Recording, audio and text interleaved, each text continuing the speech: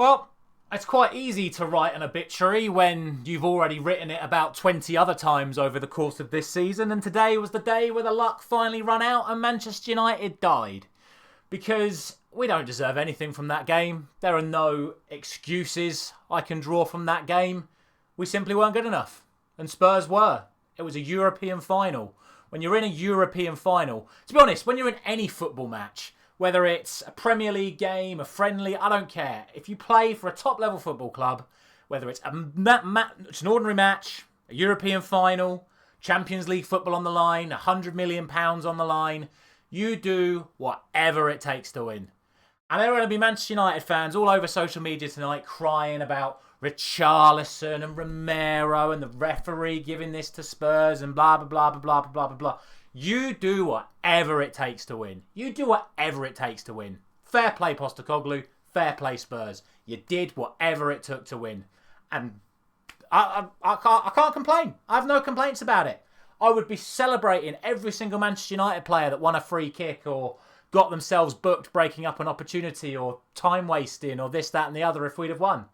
I've got no complaints about it. What I've got complaints about is, again, our approach to the game, the performances of our players, and just the overall attitude of the football club as a whole. It's not good enough. We don't deserve to be in the Champions League. We're right where we should be. Smack bang in the middle of nowhere. Doing nothing and going into a summer with, realistically, no hopes and no ambitions for anything good to happen next season either. And that's where we deserve to be. Because they're not good enough and we're not good enough. End of. Like I said, I've written this obituary 100 times over. I was ready, had it signed, sealed and delivered when Lacazette made it 4-2 against Lyon. So it is what it is. Our luck has eventually run out. But I sat here this morning and I said exactly this. I said there were three possibilities. I said the least likely scenario is Manchester United in their moment of good play, nick a win. The one that I went for, which was we managed to scrape our way through to extra time and penalties, and then it's just a luck of the hat of how the penalty shootout goes. And I also said that the most likely scenario is that Spurs win the game comfortably. And Spurs won the game comfortably. And I don't care what anyone says. Onana made no saves. All right? Vicario made one save. One significant save. He did technically make 5 saves. But he made one save of note.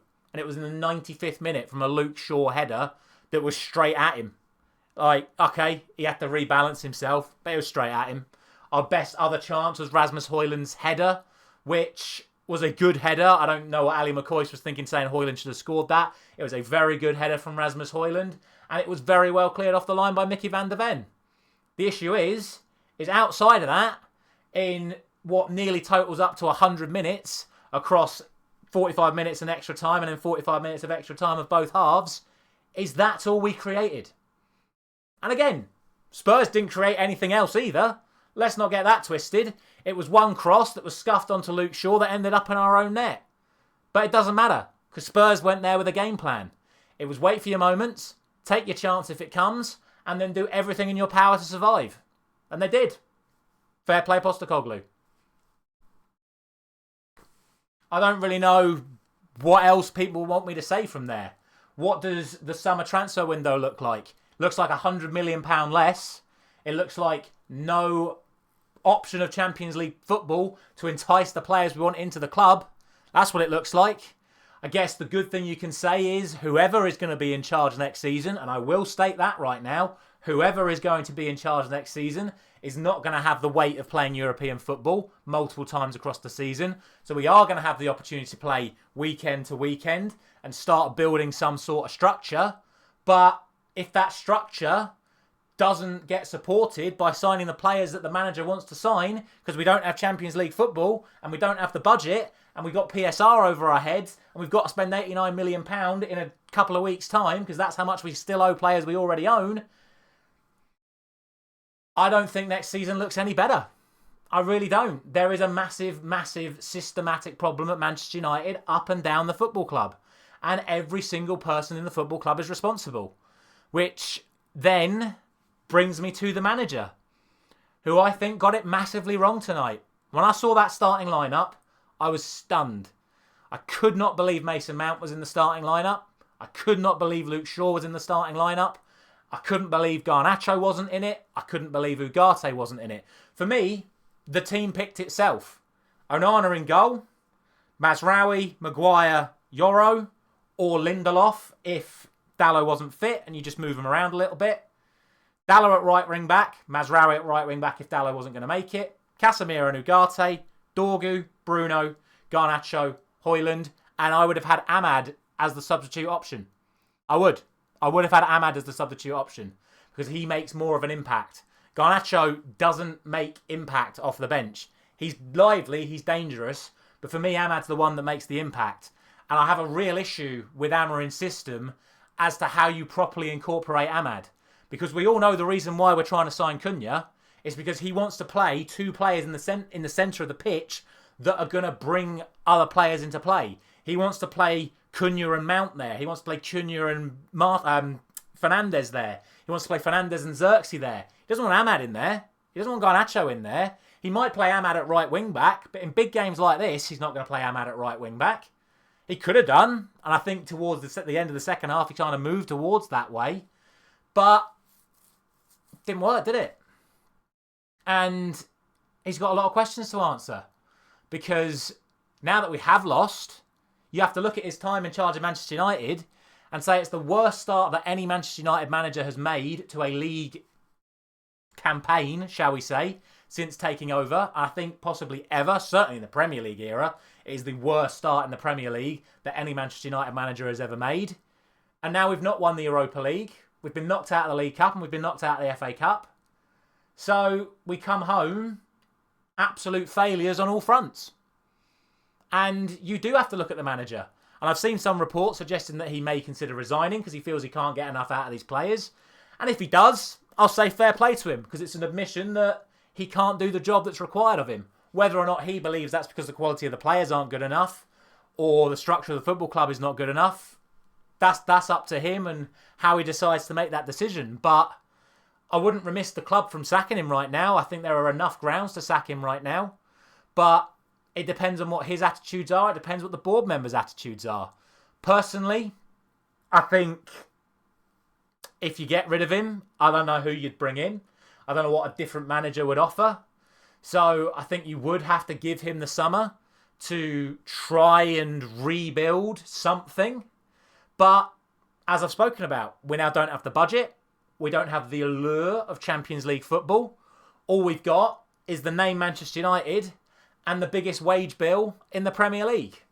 So our options are more mercenaries that are going to clamp the club down even further, make it even harder for us to get rid of players, and quite frankly, leave us in a position where some of our best players and some of our best up-and-coming players are going to be looking at the state of Manchester United right now and going, why the hell would I be here? And I think, as worrying as it sounds, I think there's as much chance as the club going backwards even further than there is just maintaining where we are. I'm not going to say go forward. There is way more chance of us going further backwards than there is forwards from the position we're in right now. Absolutely more chance of us going backwards because that was the importance of this game. Winning this match did not solve all of our problems.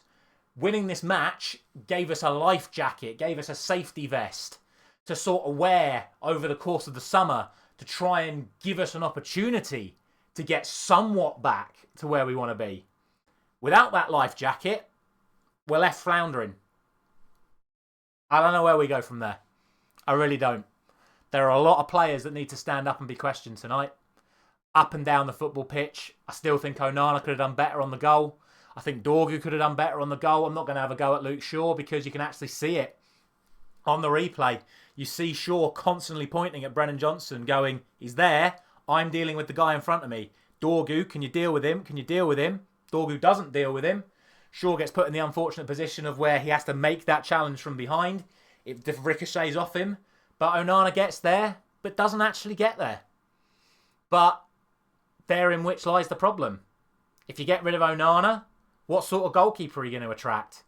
If you get rid of the likes of Rashford and Anthony and Casemiro and Shaw and whoever else you want to try and clear out of this football club, firstly, how are you going to clear them out? because these are players that have now failed on all fronts.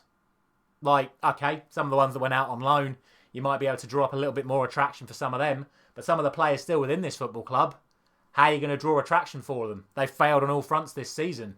The only player that you can look at this season and go, well, we'd have a look at him, is probably Bruno Fernandes. And I know Saudi are offering in the moon, and I've heard that Barcelona are still interested. So I wouldn't blame Bruno Fernandes if he left, because what's he got to fight for at Manchester United now? We're not going to be in a title race next season. We're barely going to be in a European race next season. Might even be in a relegation scrap next season. Why would anyone want to be there? And then, like I'm saying, those players that are on astronomical wages that still have multiple years left on their contracts, who the hell's going to want them? They're flops. They're failures. They can't hack it. So, how do you generate revenue? How do you get the players in to restore what we need? Because we're not going to get rid of the players that can't perform now. Don't really think there's much more to say, really. That is my wrap-up to the Europa League final. Tottenham take the victory by 1-0. One last thing I will say. I think the referee had a very good game. I think the referee had a very, very good game. He called the decisions that he needed to call. Maybe he could have been a bit quicker on yellow cards to Tottenham players due to the amount of fouls being committed. But again, I think part of the strategy was the Tottenham players took it in turns. Which players made the fouls? Which players did time wasting? I think it was very, very smart from the Tottenham players, and I think they played the game maybe not necessarily the way that you should play, but they played it the way they needed to play to win the football match. And that is what Manchester United didn't do. And every single person in the football club, from the players to the managers to the coaching staff to the board of directors and all the way up to the owners, right now, this club is not being run, it's not being managed, it's not being played in the way a top-level football club should be performing. And right now, I think every single person has the right to say that Manchester United isn't a top club anymore anyway. So, as always, let me know all your thoughts down in the comment section below. This has been the obituary of Manchester United. I will see you, unbelievably, in a couple of weeks' time, because our pre-season, is it post-season? Is that what you call it now? We have a post-season tour before the Champions League final next weekend? Rubbish. More Ratcliffe and Glazier spin to bring in more money for the summer. But boy, are we going to need it. So maybe post-match reactions to them. But certainly anything that happens Manchester United related over the summer, I will be covering. Post-match reactions to pre-season games, new signings, etc. And obviously we're going to do our end-of-season wrap-up as well regarding my player ratings, this, that and the other as well. So, as always, thank you very much for watching. Well done to Tottenham Hotspur. They absolutely deserved it and just delivered his trophy in his second season as he promised. Thank you very much for watching. I'll see you very soon.